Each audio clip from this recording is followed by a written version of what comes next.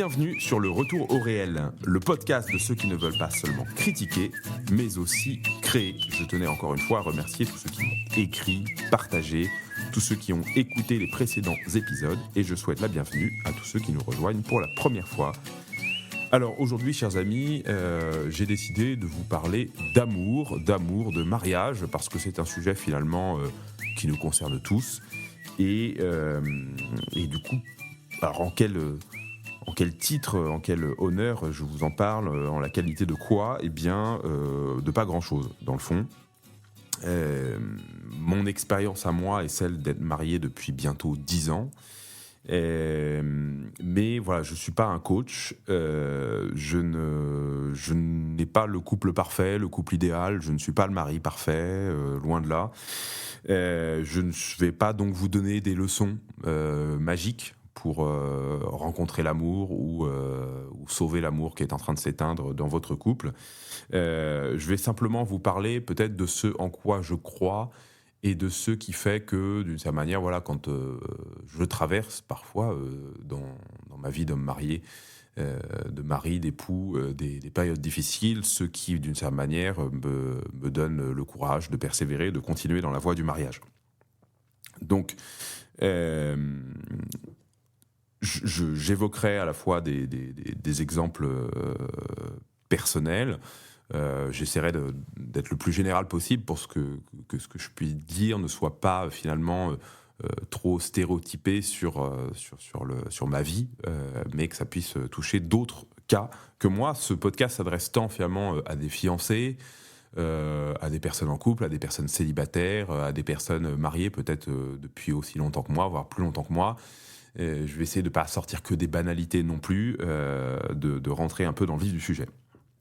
Alors, ce que je pourrais rajouter, c'est que pour moi, voilà, clairement, si j'observe ma vie, je pourrais vraiment affirmer de manière certaine que si je n'avais pas mon épouse, si je n'avais pas aussi mes amis, parce que dans la dimension de l'amour, j'intègre aussi l'amitié, je serais clairement quelqu'un de beaucoup plus fragile, de beaucoup plus, sans doute, voilà, de beaucoup plus malheureux. Et pourtant, je dois aussi nuancer cela en disant que ce n'est pas tant dans la personne de mon épouse ou dans la personne de mes amis que je trouve mon bonheur. Je dirais que le mariage, l'amitié, l'amour participent effectivement de donner les conditions qui vont permettre d'accéder au bonheur. Alors pour construire ce podcast, je me suis appuyé beaucoup sur le maître qui a donné le nom d'ailleurs au titre de cette série de podcasts, Gustave Thibon, l'auteur du Retour au réel. Voilà, donc j'ai beaucoup de citations de Gustave Thibon. J'ai pas retrouvé, en voulant préparer le podcast, le bouquin de Gustave Thibon qui parle de mariage, mais je vous invite à l'acheter, puis j'invite la personne à qui je l'ai prêté la dernière fois, si elle m'écoute, à ne pas hésiter à me le rendre. Voilà, le petit livre s'appelle « Ce que Dieu a uni ». C'est vraiment l'ouvrage dans lequel Gustave Thibon parle le plus de mariage, et je vous lirai la 4e de couverture, parce que j'ai réussi à retrouver sur Internet, j'ai réussi à retrouver quelques citations par-ci, par-là, mais je me souviens, voilà, de passages particuliers que j'aurais aimé vous citer dans leur intégralité pendant ce podcast, et malheureusement, je ne les ai pas retrouvés. Alors, première citation pour commencer de Gustave Thibon, il me dit « Le mariage peut vous sauver de l'isolement, mais c'est une folie de lui demander de vous guérir de la solitude. » Alors, qu'est-ce qu'il veut dire par là ? C'est dans le fond qu'on est toujours un petit peu seul face à soi-même dans la vie. C'est qu'on n'est jamais totalement compris par l'autre. Et qu'il ne faut pas s'illusionner d'une certaine manière sur les vertus du mariage ou du couple ou de l'amour ou de l'amitié.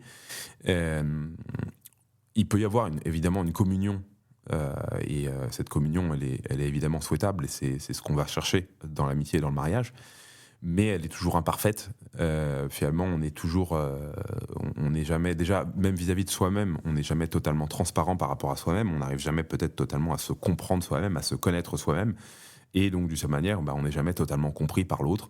Et ce serait une illusion dangereuse que de chercher cette totale compréhension, de guérir de la solitude dans l'absolu par le mariage.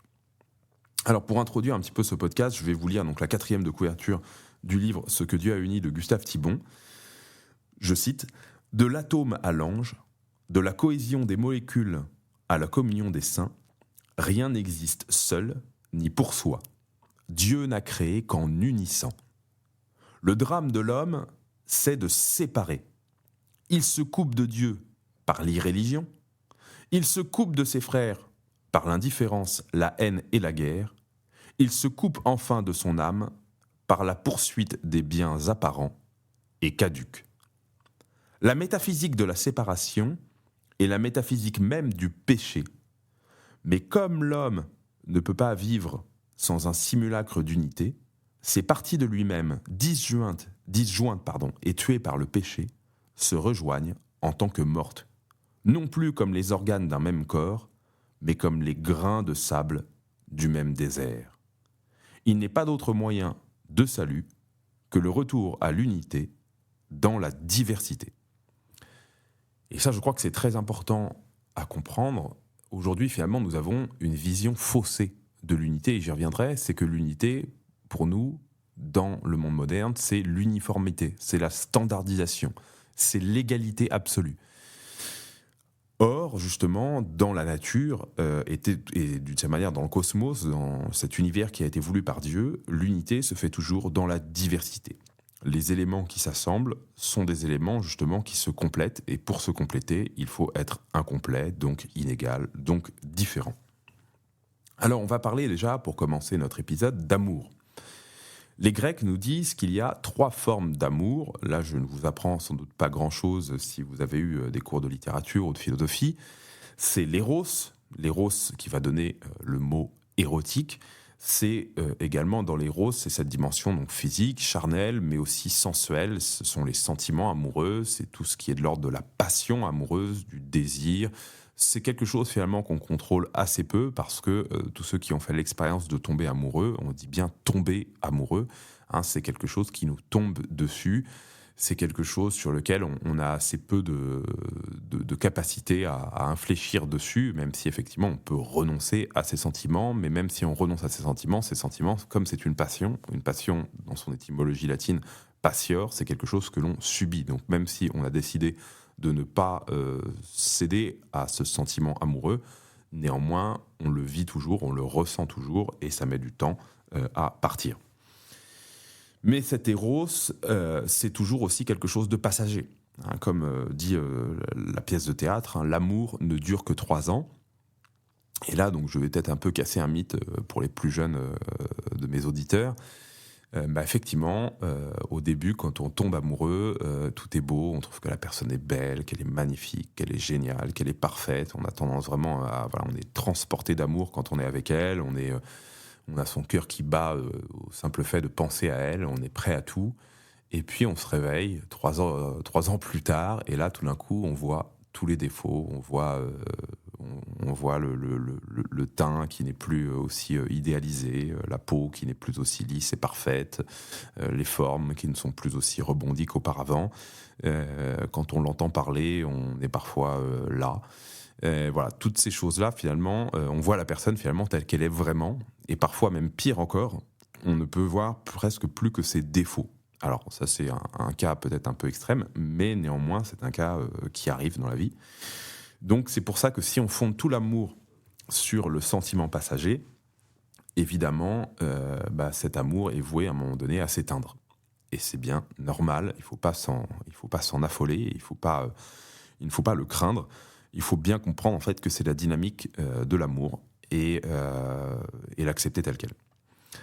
L'agapé, qu'est-ce que c'est ? Alors là pour le coup, je ne traduis pas forcément la chose de la manière la plus docte qui soit. L'agapé, c'est le plaisir d'être entouré. C'est tout simplement les agapes, ce sont des bons repas qu'on partage entre amis.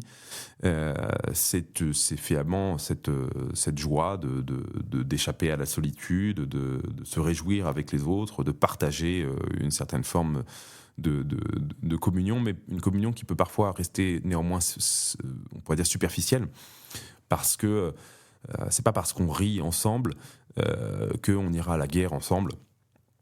Il y a quelque chose, voilà. Mais évidemment, ces agapés, elles sont importantes dans la vie parce que c'est justement à travers cet agapé que se crée déjà une première forme de communion, à travers le chant, à travers la danse, à travers la joie des repas partagés, à travers tous ces moments justement de l'ordre peut-être de la fête, qui sont importants dans une vie, mais tout réduire d'une certaine manière à cette dimension de l'amitié en particulier, mais même qu'on peut retrouver aussi d'ailleurs dans le mariage, parce que c'est aussi agréable dans un mariage de partager des bons moments ensemble, d'aller au restaurant, de,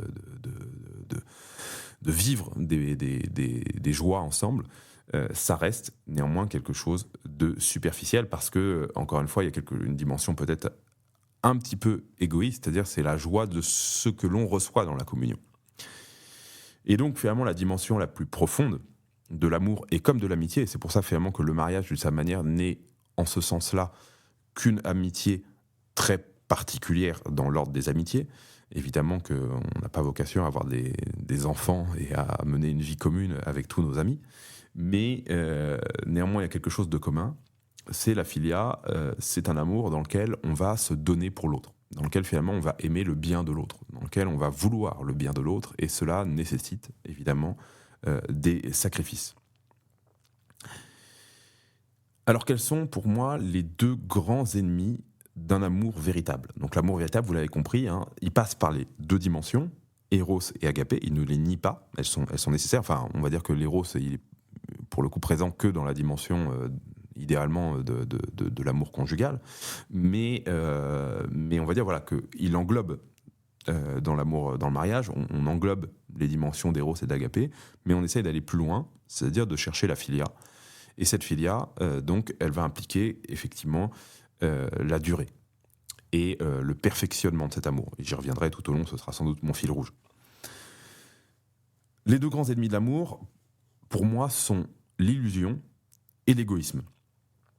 Qu'est-ce que c'est que l'illusion? C'est de croire en fait qu'on va trouver le bonheur dans l'amour. C'est quelque chose parfois peut-être d'assez féminin. C'est le prince charmant de Disney. C'est le romantisme. C'est de croire en l'homme idéal. C'est dans le cas de l'homme de croire en la femme parfaite, de croire finalement qu'il y a quelqu'un qui vous est destiné de toute éternité sur terre, l'âme sœur. Tout ça, je pense, est très dangereux parce que justement, ça repose encore une fois sur des sentiments, sur une idéalisation et donc une illusion. En réalité, il y a plein de personnes avec qui vous pourriez vous marier, ou vous auriez pu vous marier, et il n'existe nulle part de personnes idéales. Évidemment, il y a sans doute des gens qui sont meilleurs que d'autres, mais voilà, ça n'existe pas, la femme parfaite, l'homme idéal. Il n'y a que des hommes plus ou moins bons, des femmes plus ou moins vertueuses, mais tout ça, voilà, et ce sont des qualités qu'on peut retrouver chez les uns et les autres. Hein, comme dirait Pascal, ce sont des qualités rapportées. Hein, si on les enlève, finalement, on peut les... Alors, elles ne sont pas forcément interchangeables, hein, mais elles n'appartiennent pas en soi de manière totale et absolue, et elles ne sont jamais, on ne les retrouve jamais totalement, toutes, absolument, en une personne. Deuxième ennemi, c'est l'égoïsme. Et ça, c'est peut-être plus masculin, c'est de se chercher en l'autre. Hein, c'est de ne chercher que soi, c'est de chercher à s'aimer soi-même dans l'autre. Donc on va chercher dans l'autre ce qui nous ressemble, et on va aimer finalement ce qui nous ressemble dans l'autre, parce qu'en fait, dans le fond, on n'est pas prêt à aimer quelqu'un d'autre, on est prêt à aimer que soi. Donc c'est voilà, on va idéaliser l'autre, on veut que l'autre ait les mêmes goûts que soi, que l'autre aime faire les mêmes choses que soi, on va parfois même le forcer, vouloir tout contrôler, lui imposer un modèle, et lorsque ça ne colle pas, et bien effectivement, ça va être la déception. Cet égoïsme, voilà, c'est de chercher aussi dans l'autre tout ce qui nous satisfait, donc, que ce soit dans la sexualité, le plaisir sexuel qui nous satisfait dans l'autre, mais aussi dans l'ordre des sentiments, chercher que l'autre finalement soit un faire-valoir, hein, qu'il nous rende heureux par les conversations, par le regard qu'il a sur nous. On veut absolument tirer une forme de jouissance, hein, de l'autre, et donc c'est une forme aussi de réduire l'autre à un objet de satisfaction. On retrouve ça, je pense, c'est une interprétation personnelle, dans l'homosexualité, où dans l'homosexualité, il peut y avoir cette dimension un peu narcissique, hein. Justement, on ne va pas vers l'autre, on va vers le même. Hein. On a cette incapacité à s'orienter vers cette différence. Et effectivement, rencontrer l'autre sexe, c'est rencontrer une altérité plus radicale. Donc effectivement, si on refuse cette altérité radicale, on se rassure d'une certaine manière dans le même. Mais c'est un risque tout aussi présent, hein, dans l'hétérosexualité. Voilà, on va chercher une personne qui nous ressemble en tout point.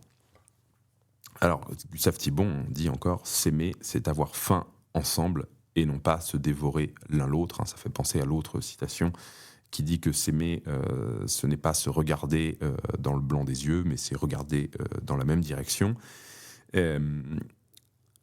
Avoir faim ensemble, ça veut dire finalement accepter une insatisfaction, hein, accepter une incomplétude.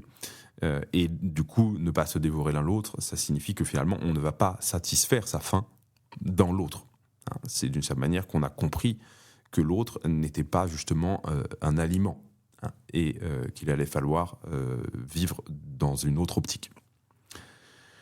Alors, maintenant que j'ai évoqué brièvement l'amour, cet amour qui pour moi ne s'accomplit que lorsque vraiment on est prêt à se donner à l'autre et donc du coup à renoncer à une partie de soi-même, à renoncer à son égoïsme, je vais évoquer justement la question du choix du conjoint.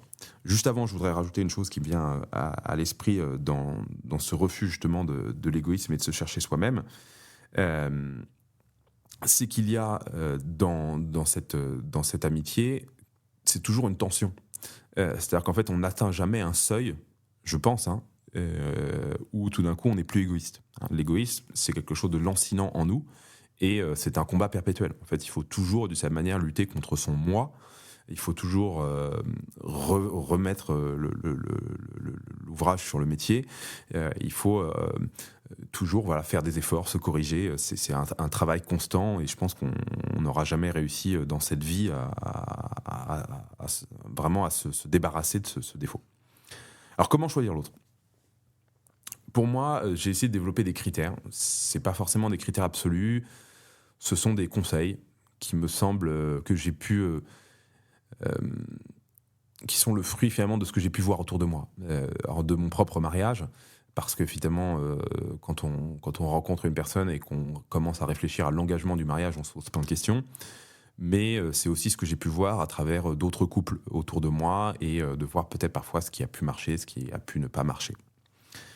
Donc je pense que le premier critère vraiment absolu, pour le coup celui-là il est un peu non négociable, c'est l'équilibre mental de la personne. C'est-à-dire qu'en gros, je pense qu'on ne se marie pas avec un fou, sinon on va droit au désastre. Alors parfois, vous me direz, mais c'est des choses qu'on découvre au bout d'un certain temps. Je ne suis pas si sûr. Je pense que franchement, s'il y a un vrai déséquilibre, il est apparent assez rapidement. Et je crois assez peu, c'est assez à la mode. Parfois, on a des gens qui, au bout de 3 ans, 4 ans, 5 ans de mariage, disent « je me suis marié avec un pervers narcissique, je m'en étais pas rendu compte avant ». Peut-être, je ne suis pas psychologue, et je laisserai là-dessus, je vous laisserai tout simplement aller vous renseigner auprès d'un psychologue. Mais mon sentiment personnel, encore une fois, je dis avec des pincettes parce que je peux me tromper, c'est que le déséquilibre, on le repère assez vite. Et après, attention sur la notion de déséquilibre, je pense qu'on est tous plus ou moins bien équilibrés, et donc du coup plus ou moins déséquilibrés aussi.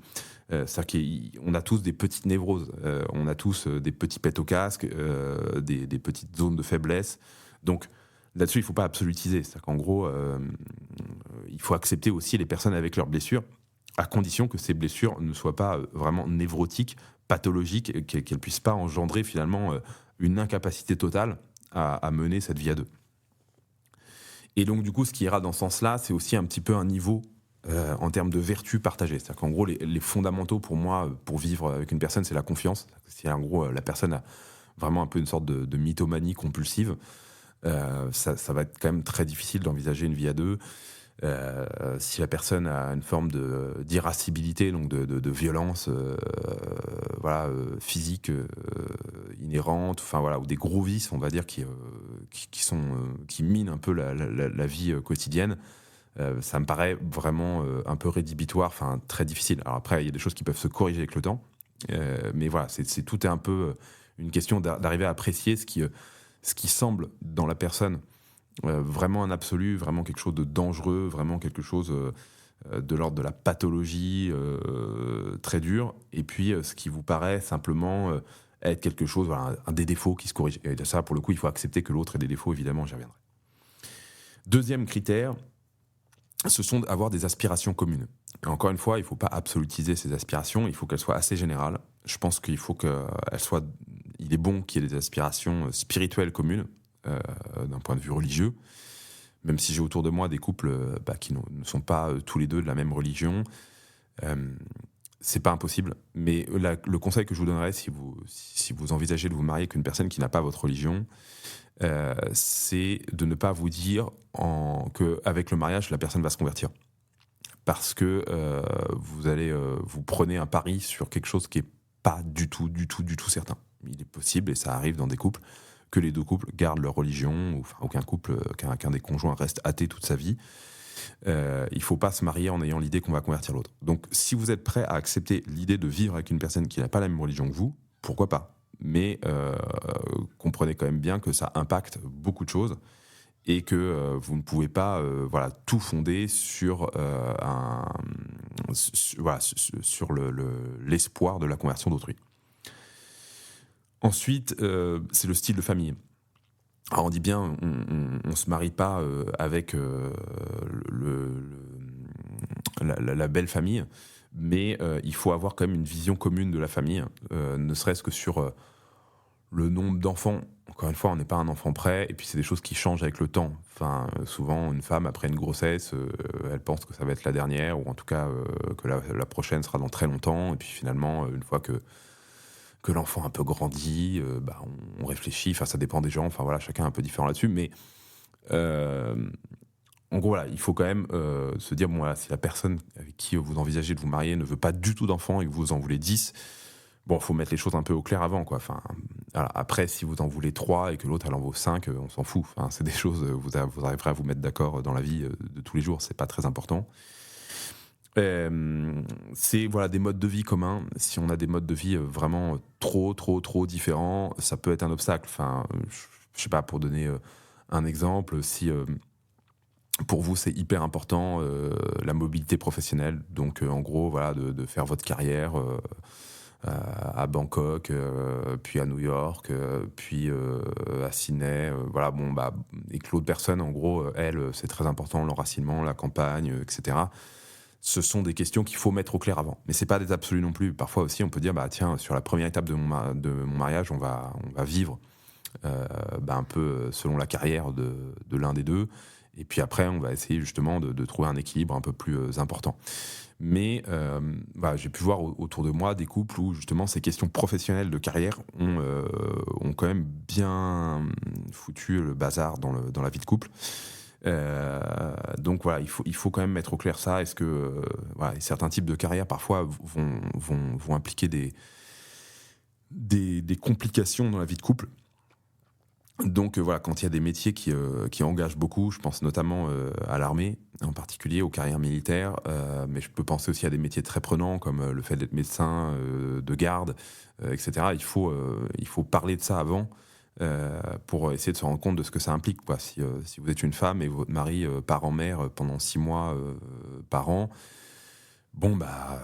les femmes de marins, ça existe, hein, mais il faut pas le découvrir quand ça arrive. Il faut être prête à ça et l'avoir accepté. Et puis, il faut avoir, je pense, un peu des idéaux communs. Ça ne veut pas dire qu'on doit voter pour le même parti, ça ne veut pas dire qu'on doit avoir toutes les idées politiques en commun. Moi, par exemple, quand je me suis marié, ma femme n'avait pas particulièrement d'idées politiques très tranchées.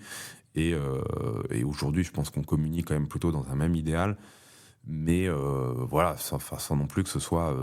je veux dire, parfois, ça nous arrive sur des faits d'actualité, même sur le vote, d'ailleurs, parfois, d'avoir des débats.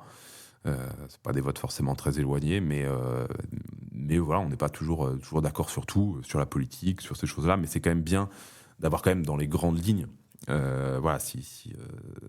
si votre conjoint vote pour, on pourrait dire, caricaturer, mais voilà, un parti nationaliste et que vous êtes justement contre toutes sortes de frontières, pour une mondialisation accélérée, un multiculturalisme débridé, évidemment, bah voilà, ça peut être source de tension. Voilà, bon, donc du coup, voilà, encore une fois, c'est pas absolu. Hein, je connais des couples qui n'ont pas les mêmes idées politiques et ça se passe pas forcément mal, mais voilà, il faudrait pas que ça devienne une source de tension. Et typiquement, si vous avez beaucoup d'amis finalement qui pensent comme vous et que votre conjoint en a pas du tout et qu'elle est même allergique, enfin ou qu'il elle est allergique à ça, bah ça pourrait justement vous éloigner de vos amitiés. J'ai vu ça aussi. Donc voilà, voilà, il faut essayer de quand on se projette dans le mariage, d'essayer d'être un peu raccord là-dessus, quoi. Même si voilà, il faut pas en demander trop à l'autre, mais au moins qu'il y ait quand même un peu une communion d'idéaux, au moins un peu philosophique, quoi, je dirais. Et puis, troisième critère, c'est un critère de ressemblance minimum. Encore une fois, il faut surtout pas l'absolutiser, ce critère, mais ça veut dire juste dire qu'en gros, si on est dans la dissemblance totale, ça risque de foirer. Si on est dans la ressemblance absolue, ça risque aussi de foirer. Je connais quelqu'un qui s'est marié avec sa meilleure amie d'enfance. Bah, ils sont divorcés. Donc voilà, attention. Mais je dirais qu'il faut un écart culturel pas trop important. Encore une fois, ça existe, évidemment. Il y a des... Je sais pas, bah voilà, vous pouvez...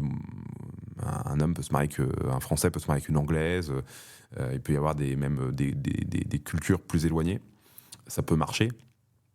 Mais c'est quand même se rajouter une difficulté. C'est-à-dire qu'en gros, cet écart culturel va être un obstacle en plus dans les difficultés déjà inhérentes au mariage entre personnes qui viennent à peu près de la même culture, c'est-à-dire du même pays, grosso modo. Voilà. Et donc dans la culture, bah, il y a évidemment l'élément voilà, ethnique, géographique, mais il y a aussi la dimension de milieu social, de niveau de vie.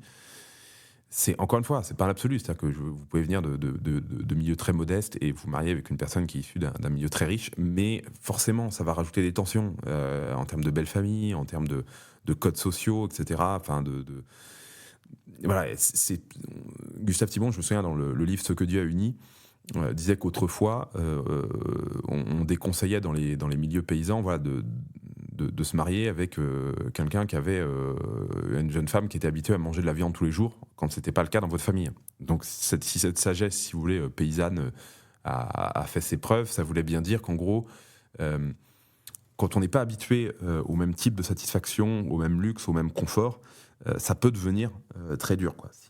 Si vous avez été habitué vraiment à beaucoup de richesses et que vous vous mariez avec quelqu'un qui ne va pas pouvoir vous les donner, alors vous êtes peut-être très vertueux, vous allez être capable de vivre ça, mais peut-être que ça va être une source de tension supplémentaire. Donc c'est pas un absolu, mais ça fait partie quand même des choses à prendre en compte. Et je disais tout à l'heure, ouais, le style de famille, bah voilà, c'est sûr que voilà, quand on a des familles trop éloignées en termes vraiment de mode de pensée, etc., bah, si par exemple, en gros, à un moment donné, on en vient à se bloquer avec la belle famille, ça rajoute encore plus des tensions dans le couple. Moi, j'ai des amis qui, bah, ça a fini parfois avec des procès, enfin, des choses terribles. Enfin, terribles. C'est pas le mal absolu, mais c'est encore une fois des complications. Donc, on peut se marier avec quelqu'un qui a une famille qui est très différente de la sienne, mais ça va créer des tensions, il faut le savoir. Mais in fine, peut-être le conseil le plus important maintenant que j'ai donné ces 3 critères, et moi c'est un prêtre qui m'a donné ce conseil-là. J'avais fait une retraite avant de demander ma femme en mariage, et du coup ma crainte, et donc c'était vraiment l'égoïsme narcissique masculin, c'était que ma femme n'ait pas les mêmes goûts que moi, notamment en domaine artistique. Je mettais ça comme un critère très important. J'avais des goûts esthétiques très prononcé, et comme mon épouse, c'était pas tout, enfin, c'est pas qu'elle était contre, mais c'est juste que ça la passionnait pas plus que ça. C'était pas aussi important pour elle que pour moi. J'avais peur justement que ce soit un critère rédhibitoire, quoi. Et je cherchais un peu une femme qui soit autant passionnée que moi par tel type de courant artistique, etc. Ça m'inquiétait un peu.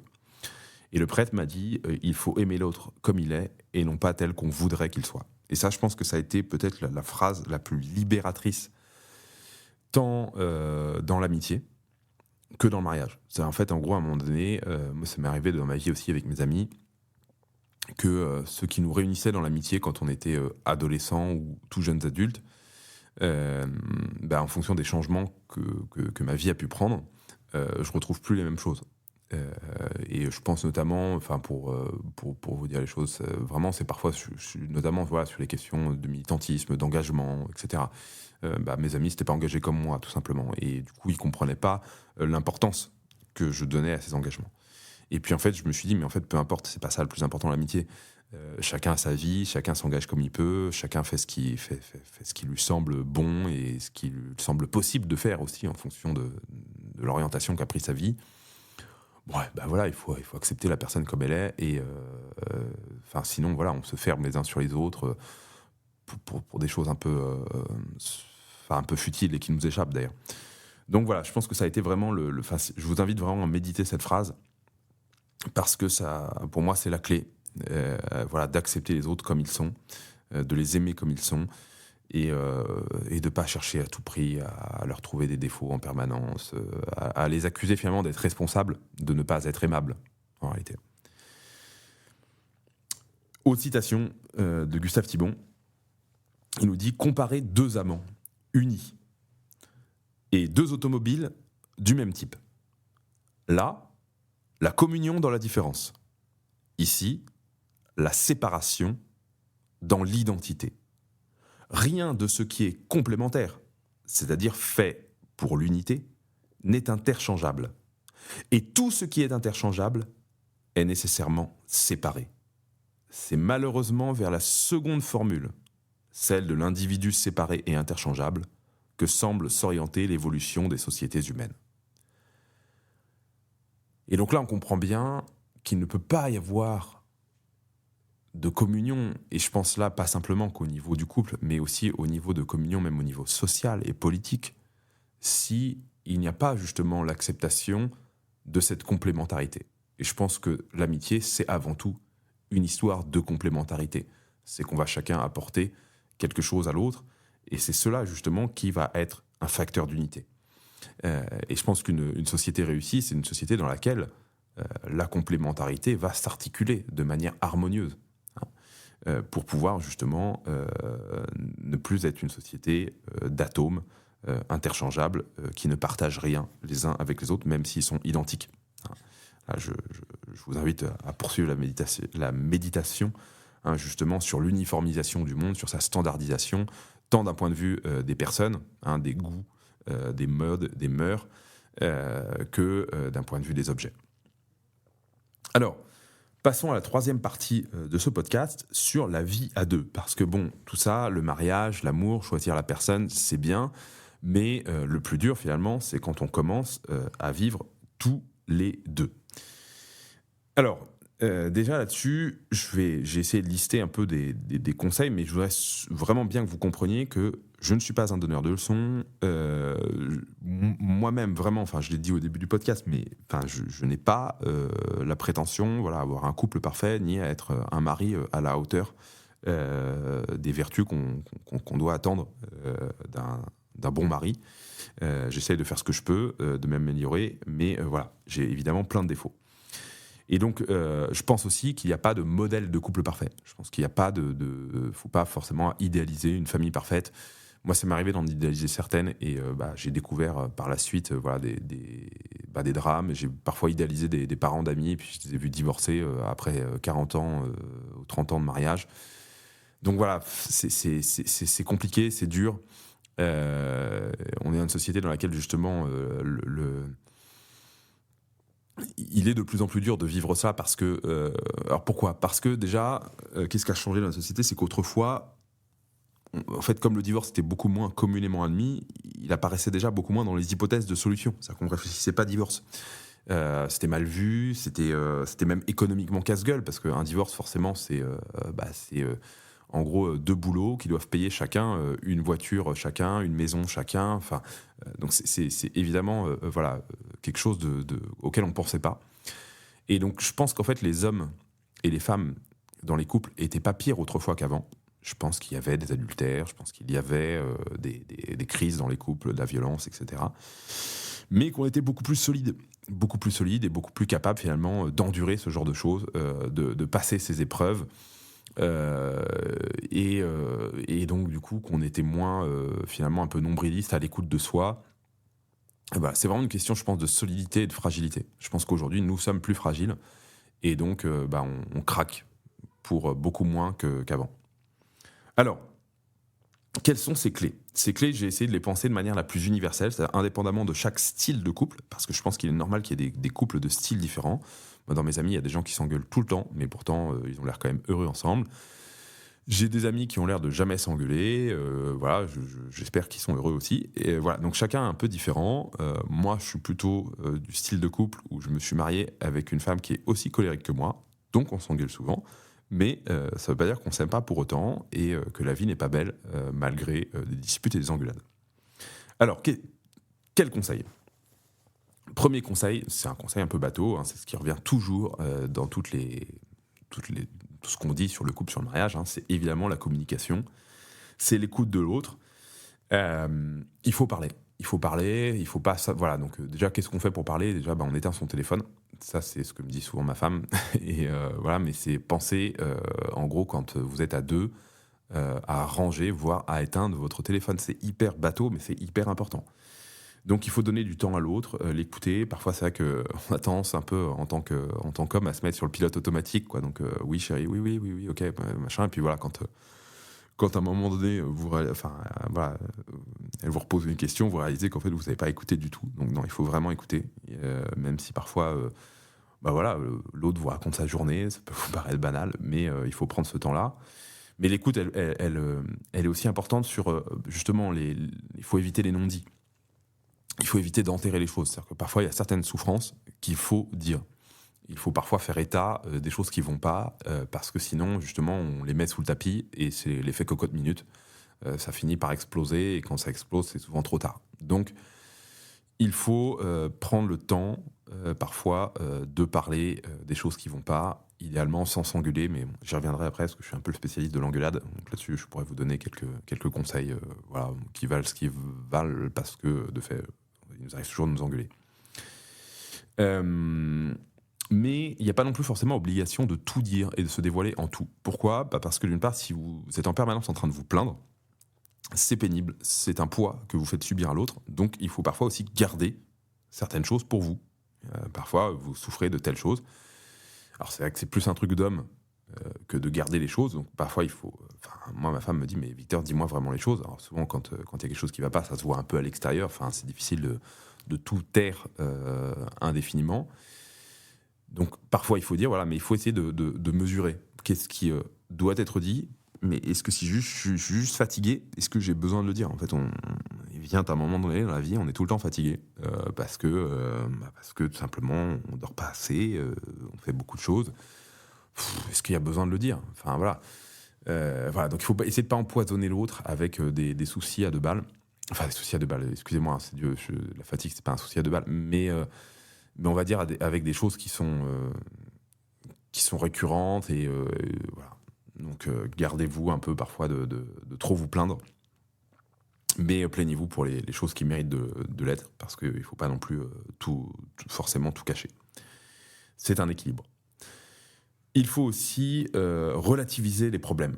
Moi, je m'aperçois a posteriori qu'à chaque fois, souvent, franchement, quand je dis à chaque fois, j'ai presque envie de dire dans 100% des cas, les engueulades que j'ai pu avoir dans mon couple sont le fait de choses vaines, ridicules, accessoires. C'est vraiment des trucs qui partent en vrille pour vraiment, mais quand on réfléchit, en gros, une fois que chacun boude un peu de son côté, de pourquoi la colère a commencé, en fait, on se dit, mais en gros, c'était absurde. C'est juste qu'en gros, l'un a commencé à monter le ton, donc l'autre a monté le ton, donc le ton est monté, donc à un moment donné, on a dit des choses désagréables à l'autre, donc là, pour le coup, tout le monde est fâché. Mais en fait, à la base, je sais pas, on était en train de débattre de la prochaine déco du salon, de la couleur avec laquelle on allait repeindre le mur dans telle pièce. Des trucs mais absurdissimes, sur lesquels il n'y a pas de... Voilà, est-ce qu'on va partir au week-end à tel endroit, c'est vraiment absurde. Donc il faut être capable de relativiser les sujets et de se dire, parfois... est-ce que ça vaut le coup de s'engueuler là-dessus? Soit, en gros, de toute façon, on va pas décider ce soir de la peinture avec laquelle on repeindra les murs dans notre future maison, parce que de toute façon, pour l'instant, on n'a pas encore acheté la maison, on n'a même pas vendu celle-là, de toute façon, voilà. Donc, en gros, pas de souci, pas de stress, on pourra revoir les choses plus tard. Et puis parfois, voilà, il y a certaines choses, le soir, quand on est un peu fatigué, ça sert peut-être à rien d'en débattre et de vouloir trancher définitivement une question. Parfois, on peut la remettre à plus tard et en rediscuter dans de meilleures dispositions. Voilà, et donc voilà, être capable de se rendre compte. Je pense qu'en fait, ce qu'il faut, enfin moi, pour voilà, être souvent confronté un peu à ce genre de dispute, être capable de repérer, en gros, quand est-ce que ça part en vrille. Quand est-ce qu'on commence un peu le ton commence à monter et idéalement, voilà, essayer de faire vite marche arrière, de s'excuser, de plaisanter, peut-être, enfin voilà, de désamorcer la colère et l'énervement. Mais voilà, plus facile à dire qu'à faire, hein. Encore une fois, voilà, ça m'arrive régulièrement de parfois voilà, que le ton monte. Troisième conseil, c'est surtout d'accepter de se remettre en cause. En fait, souvent, enfin, c'est le principe de toute dispute, hein, c'est un enfermement égoïste dans sa propre subjectivité, où on est persuadé d'avoir raison et que l'autre a tort. Et du coup, bah, là, forcément, il n'y a pas d'issue possible. Donc, il faut toujours faire un pas vers l'autre, accepter qu'on puisse avoir eu tort, qu'on puisse avoir mal parlé, qu'on puisse avoir mal communiqué, encore une fois, qu'on puisse avoir fait une erreur. Et donc chercher constamment à revenir vers l'autre, hein. Comme on dit toujours, il ne faut jamais laisser le soleil s'éteindre sur une dispute. Ça m'est déjà arrivé, j'avoue, mais franchement, voilà, c'est vraiment une connerie de faire ça. Il faut essayer de résoudre les disputes le plus vite possible, de ne pas laisser le temps, enfin voilà, on va dire creuser des plaies. Et donc, dans la mesure du possible, voilà, enfin, si vous êtes un peu sanguin comme moi, ça m'arrive voilà, de péter des portes, de péter des fenêtres, des téléphones, enfin voilà, des trucs un peu débiles. Bon, bah ça déjà, il faut faire un travail sur soi, essayer de le calmer, essayer de voilà. Jusqu'à présent, j'ai jamais levé la main sur ma femme, mais voilà, c'est vrai que justement pour passer mes nerfs, bah, je le fais sur des objets, c'est pas bien. Mais parfois, voilà, peut-être sortir un peu, sortir fumer une clope, faire un tour. Prendre la voiture sans aller trop loin. Voilà, parfois, je sais pas, ça peut être d'aller lire un peu. Mais voilà, pas, voilà, et de revenir en s'excusant en fait. Et c'est ça le plus important, c'est de revenir en demandant pardon. Bon voilà, et puis pas de trop systématiser, de pas surjouer aussi les trucs. Enfin voilà, ça c'est un peu vraiment un travail à faire sur soi. Et donc un travail constant, parce qu'en fait on est toujours obligé de faire des efforts. Et on va être obligé de faire des efforts toute sa vie. Et ça, c'est vraiment important de ne jamais renoncer à faire des efforts sur soi. De jamais finalement se dire bon, bah là, tant pis, en gros, c'est trop tard, maintenant, je m'enferme dans mon égoïsme et tant pis, parce que c'est là que finalement tout pète.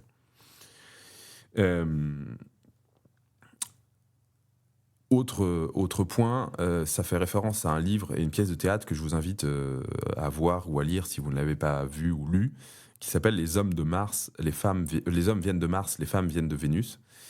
Et en gros, ce que je retiens, mais il y a plein d'autres trucs, hein, c'est hyper intéressant, mais c'est de dire qu'en gros, souvent, la femme se plaint non pas dans le but que l'homme trouve une solution, mais en vue d'être écouté et consolé.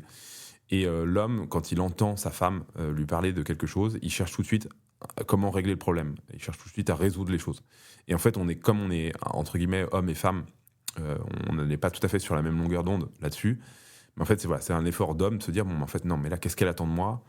Elle attend pas que je lui dise, je sais pas, si c'est un souci d'argent, que je lui dise, non, bon, bah écoute, je vais changer de boulot, etc. Parce que parfois, on a l'impression d'être remis en cause. Elle se dit, mais tiens, en fait, voilà, elle se plaint parce que je gagne pas assez.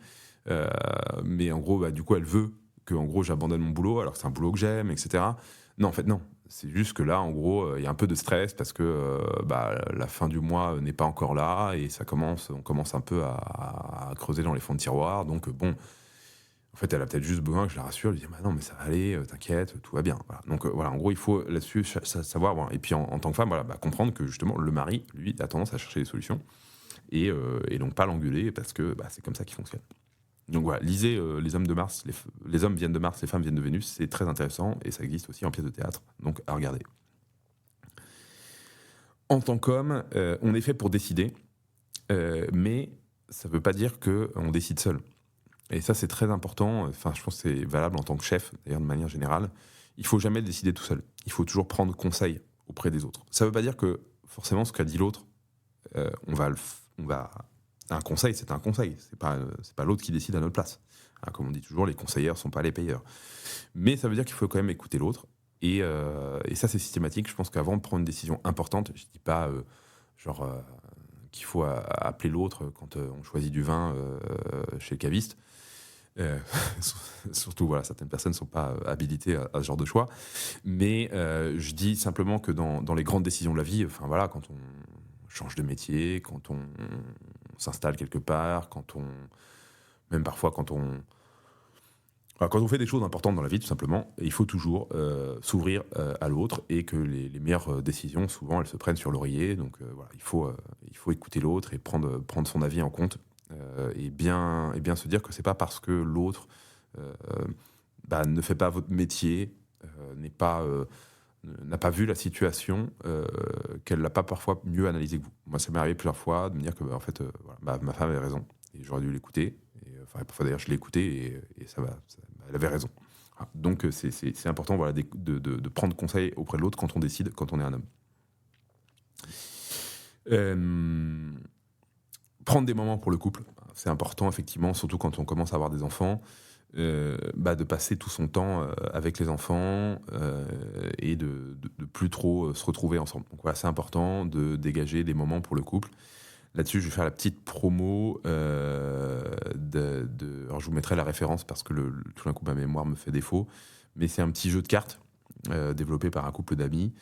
Donc voilà, sur la vie de foyer, de vie de couple. Et en gros, chaque jour, vous piochez une carte et ça vous donne un peu une idée de ce que vous pouvez faire pour l'autre, chaque jour ou chaque semaine.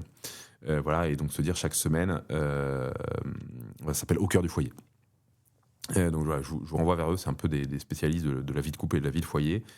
Voilà, donc dans ces petites cartes que vous prenez, ça vous donne un peu des idées de ce que vous pouvez faire un peu pour, c'est pas pimenter le quotidien, j'aime pas du tout cette expression, mais c'est dire, tiens, voilà, tel soir, on va faire un peu un effort pour faire un vrai dîner ensemble tous les deux, voilà, prendre un moment pour se retrouver en couple, c'est très important. Voilà, évidemment, on peut pas faire ça tout le temps quand on a des enfants, mais voilà, moi je vous le dis par exemple dans ma vie, en gros, ce qu'on essaie de faire avec ma femme, c'est de dîner ensemble tout simplement le soir, après avoir fait dîner nos enfants qui sont petits. Évidemment, un jour viendra où les enfants dîneront tous les soirs avec nous, mais nous, le dîner du soir, voilà, c'est notre dîner en couple. Et c'est là où on prend un peu un moment après une journée, voilà, de souffler, de se retrouver, de se raconter notre journée, de discuter et parfois de s'engueuler. Euh, S'efforcer de prendre du recul vis-à-vis de l'autre et de regarder ce qui est bon dans l'autre. Je vous disais tout à l'heure, au début, que parfois on pouvait avoir tendance à ne plus voir que les défauts, que ces défauts nous irritent, on pense qu'à ça et on voit plus tout ce qui va pas. Et voilà, mais je pense que c'est très important. Moi, je me souviens que parfois on a fait ça avec ma femme, c'était de se noter sur un bout de papier à froid. On était en vacances, chacun à deux endroits différents. De prendre le temps de noter ce qu'on aime chez l'autre et aussi de noter quels défauts on aimerait changer. Et c'est vrai que le fait de le faire à froid, dans le cadre d'une retraite ou voilà, parfois après un moment un peu dur, ça permet voilà, de prendre du recul, de s'apercevoir quand même qu'il y a des raisons d'aimer l'autre, enfin il y a des qualités objectives et que voilà et que la personne a des qualités et des défauts comme tout le monde. Huitième conseil, c'est de prendre soin de son apparence. Il y a parfois une tendance aussi que plus la vie de couple avance, plus on se néglige. Donc les hommes, on prend du bide. Les femmes, elles prennent des cuisses. On fait plus forcément attention à la manière dont on s'habille. Les femmes, à la manière dont elles se maquillent. Enfin voilà, il y a une tendance un peu à se relâcher. Et ça, moi, je vous invite à ne surtout pas prendre ce pas. Continuez de faire des efforts pour rester beau. Parce que votre conjoint en a besoin. C'est important. C'est important pour l'image qu'il a de vous. Et voilà, donc soignez. Enfin voilà, chacun son style. Certains sont plus rustiques que d'autres. C'est pas ça la question. Il s'agit pas de devenir pour les hommes des dandys ou quoi que ce soit, mais juste hommes et femmes. Et évidemment, on prend du poids avec l'âge, on prend des rides et tout. Donc il s'agit pas d'être dans le mythe de l'éternelle jeunesse, mais juste de prendre soin de soi, ce soit voilà, en se coiffant, en s'habillant, faire attention un peu à pas se relâcher et à pas être dans voilà, un vêtement informe. Moi, typiquement, enfin voilà, c'est pas, encore une fois, je dis pas qu'il faut faire ce que ça ou en particulier ou autre chose, mais un des trucs que je refuse catégoriquement jusqu'à présent, c'est le jogging. Voilà, je refuse d'être en jogging chez moi. C'est confortable en jogging, mais non, pas de jogging à la maison. Voilà, j'essaye alors, parfois, j'ai des tenues plus détendues, évidemment, mais voilà, de pas trop tomber dans un relâchement trop caractérisé. Ensuite, il y a la question de la répartition des tâches domestiques. Et là-dessus, je pense qu'il n'y a pas de modèle parfait. Je pense que le plus important, c'est de faire ça intelligemment. C'est-à-dire qu'en gros, si madame s'occupe des enfants à la maison, c'est sûr qu'elle va faire plus de choses à la maison que vous, monsieur, qui travaillez à l'extérieur. Mais si c'était inversé, moi typiquement en ce moment ma femme fait un stage et moi j'ai mon auto-entreprise, donc je travaille de chez moi, donc évidemment quand ma femme n'est pas là, ça m'arrive de faire des lessives, de faire manger les enfants, etc. Et voilà, c'est en gros chacun, on fait un peu en fonction des rythmes professionnels qu'on a. Et quand moi j'ai beaucoup de boulot, je dois me lever tôt le lendemain, si les enfants pleurent, c'est ma femme qui va, et elle me le reprochera pas de pas m'être levé. Donc, voilà, c'est un peu d'essayer de chacun en fait, de pas chercher en fait chacun la paresse, de chercher chacun à faire le mieux, mais sans s'imposer un modèle, sans dire en gros l'homme ne doit jamais changer une couche. Ça m'est arrivé de changer des couches, la plupart des couches c'est ma femme qui les a changées, mais voilà, en fait faisons de manière intelligente. Voilà, il n'y a pas de modèle absolu là-dedans. Ensuite, dernier point, c'est d'être présent. C'est donc de sanctuariser du temps. Ça va avec l'écoute que je donnais comme conseil au début, mais c'est voilà, en gros de mari comme femme, de ne pas se laisser dévorer par la vie professionnelle, donc d'avoir des temps de coupure. Je pense qu'il ne faut pas répondre à ses mails le week-end. Je pense moi, ce que j'essaie de faire, c'est en gros, au moins le dimanche, et j'essaie même le samedi, de couper les ordinateurs, les écrans. Comme ça, je suis disposé en termes d'état d'esprit, vraiment à être présent en famille. Alors, chacun fait en fonction de son boulot, de ses obligations, mais sanctuarisez vraiment du temps pour votre conjoint et vos enfants si vous en avez. Alors, évoquons, pour conclure, les crises. J'introduirai ça avec une citation de Gustave Thibon. « Il est amer d'être seul, mais il est plus amer encore, quand on est deux, de ne pas faire qu'un seul. La pire des solitudes gît dans la communion ratée. » Et effectivement, quand on parle de mariage et d'amour, on ne peut pas ne pas penser aux échecs, aux ruptures, parce que ces ruptures et ces échecs sont légion. Moi qui suis de cette génération de trentenaires, j'ai beaucoup de divorcés autour de moi, de gens qui sont mariés en même temps que moi, parfois même après moi. Donc de dire que le divorce ne serait pas un fléau chez les catholiques, par exemple, ce serait absurde de dire ça. Que à partir du moment où on est catho, forcément tout va bien, c'est le plus grand des mensonges, c'est absolument faux. Donc, néanmoins, si je devais essayer un peu de réfléchir au divorce, et donc pour avoir eu des divorces autour de moi, pour avoir mes parents même qui se sont séparés, je pense que les divorces sont dus, la plupart du temps, pas toujours, mais la plupart du temps, à un égoïsme réciproque qui s'est approfondi à tel point qu'au bout d'un moment, on a fini par devenir des étrangers l'un pour l'autre. Et je cite encore une fois Gustave Thibon pour appuyer ce que je viens de vous dire. Quand deux êtres se déçoivent réciproquement, il est à peu près certain que chacun n'a aimé que soi-même en l'autre. Donc, je crois vraiment, parce que c'est la tendance naturelle de l'homme, l'égoïsme, que forcément, à un moment donné, les choses viennent à péter, non pas parce qu'on a été égoïste une fois, mais parce qu'on a laissé l'égoïsme s'installer. Je pense que c'est vraiment ça, en fait, c'est une logique où, à un moment donné, on ne pense trop qu'à soi, et ça va très lentement, jusqu'à un jour où ça devient invivable. Donc, là-dessus, je vous invite vraiment, en fait, à vous dire que vous ne pouvez faire durer votre couple et aussi vos amitiés que si vous êtes généreux. C'est con, hein, mais je vois pas tellement d'autres solutions que cette obligation de la générosité, et qui est en fait un effort constant. Il n'y a jamais de repos, en fait. Être généreux, c'est tout le temps. Il n'y a pas de pause de la générosité. Alors, il y a des moments où on dit, tiens, voilà, là, je vais prendre un verre avec des copains, mais après, il faut rentrer, puis après, il faut s'occuper des enfants, etc. Enfin, voilà, il n'y a pas il n'y a pas de moment finalement où on peut s'accorder une jouissance qui dure plus qu'une soirée. Voilà, c'est comme ça. Il faut le faire modérément. Voilà, faut toujours être dans cette phase de don. Voilà. L'autre cause, c'est évidemment l'infidélité. Alors là-dessus, qu'est-ce que je pourrais vous dire? C'est déjà que personne n'est à l'abri de ça. En fait, et d'ailleurs, je pense que la pire des choses, ce serait de se croire à l'abri, parce que c'est ceux qui se croient à l'abri de l'infidélité qui risqueront le plus d'y tomber. Donc, sentez-vous tous potentiellement capables un jour d'être infidèle à votre conjoint, parce que personne n'est fort dans ce domaine-là. Tout le monde peut tomber amoureux de quelqu'un d'autre. Ça peut arriver à n'importe quel âge, ça peut arriver à n'importe quel moment de la vie, ça peut arriver à des moments très imprévisibles. Et ça arrive.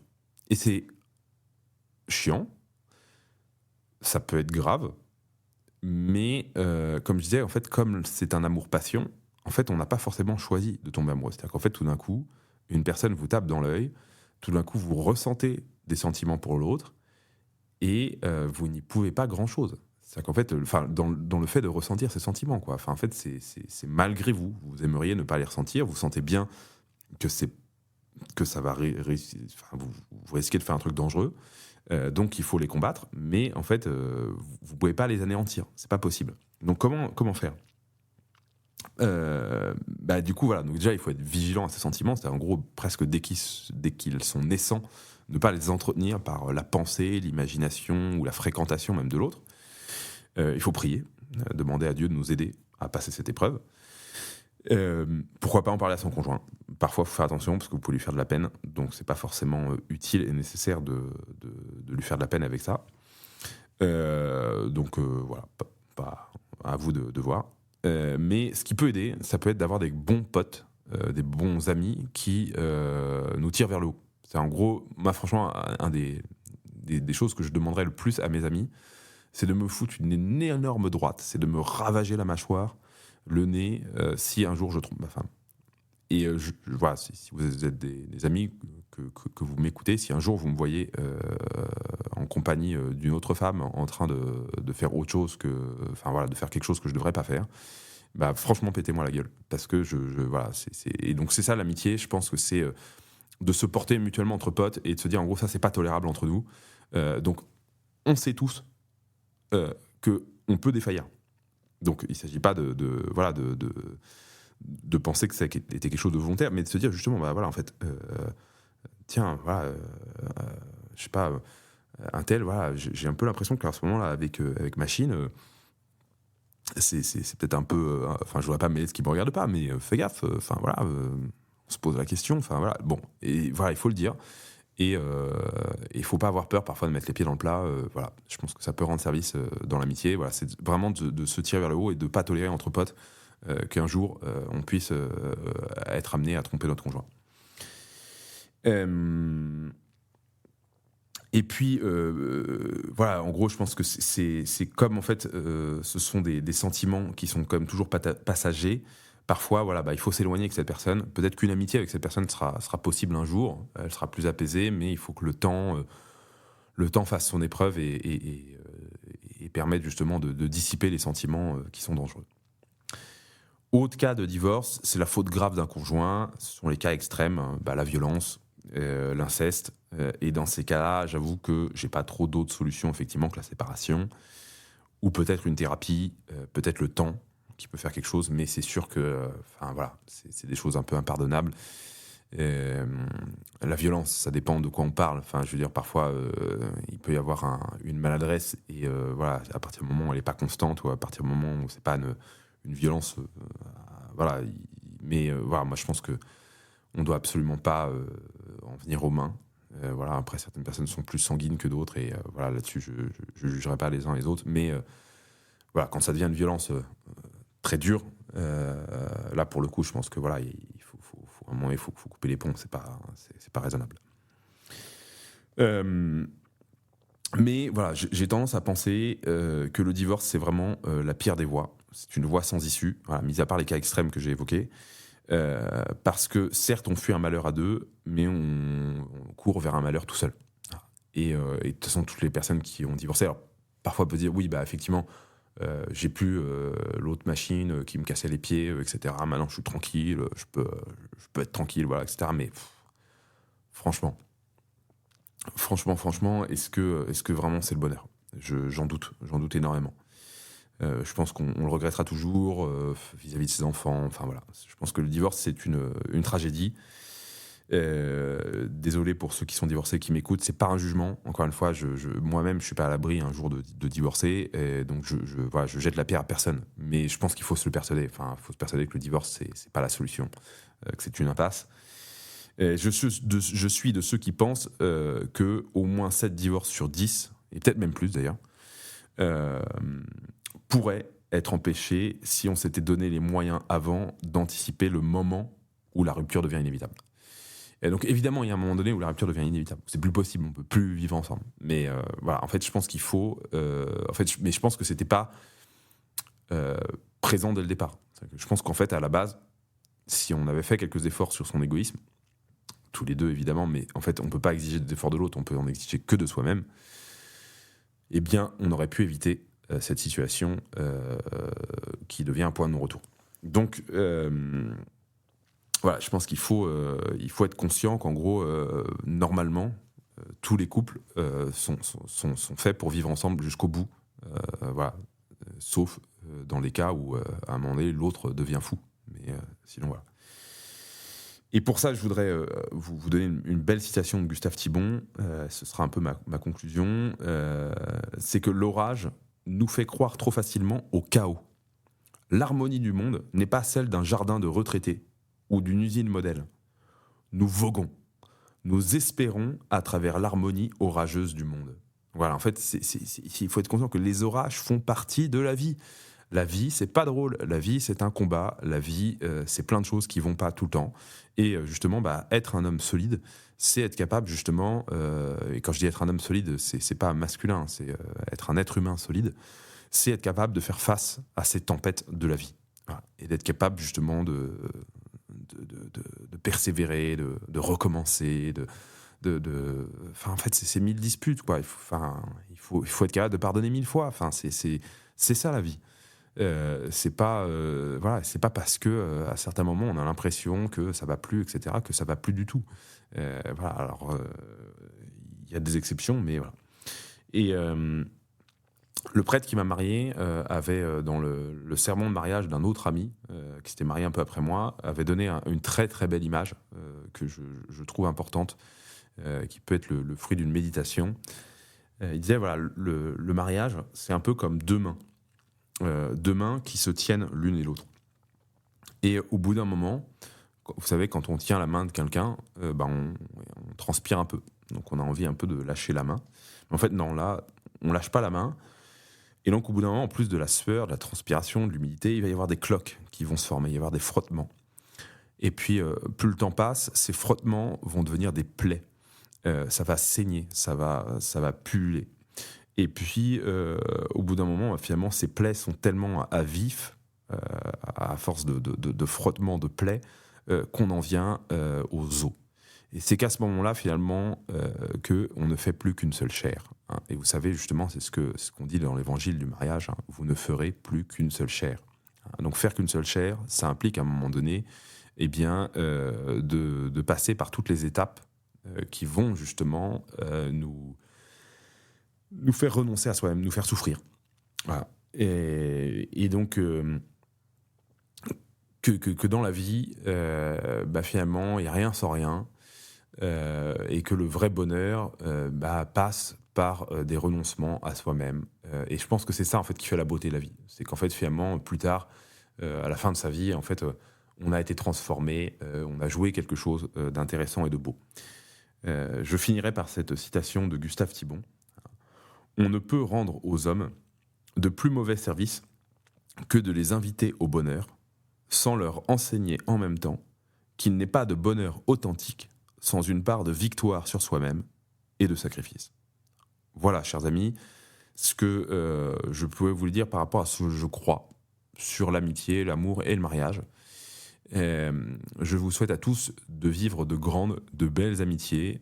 Voilà, et je vous invite à à espérer parfois dans l'orage. Dites-vous que finalement chaque orage a une fin, que chaque nuit a un jour, que chaque tunnel a lui aussi une fin et que voilà, c'est normal d'être éprouvé dans la vie, c'est normal de connaître des passages à vide. Mais que le plus important, c'est justement de se relever, de continuer, de persévérer dans cette voie qui sera d'autant plus belle plus on aura traversé d'épreuves et d'orages. Voilà, chers amis, je termine donc ce podcast numéro 8 et je vous remercie encore pour tous les commentaires, tous les messages que vous m'avez envoyés. N'hésitez pas à continuer à m'envoyer des messages. Et j'ai bien reçu des contacts d'agriculteurs, donc je vais m'en occuper, je vais essayer d'organiser ça. Voilà, et je vous souhaite donc une très bonne semaine. À bientôt, chers amis.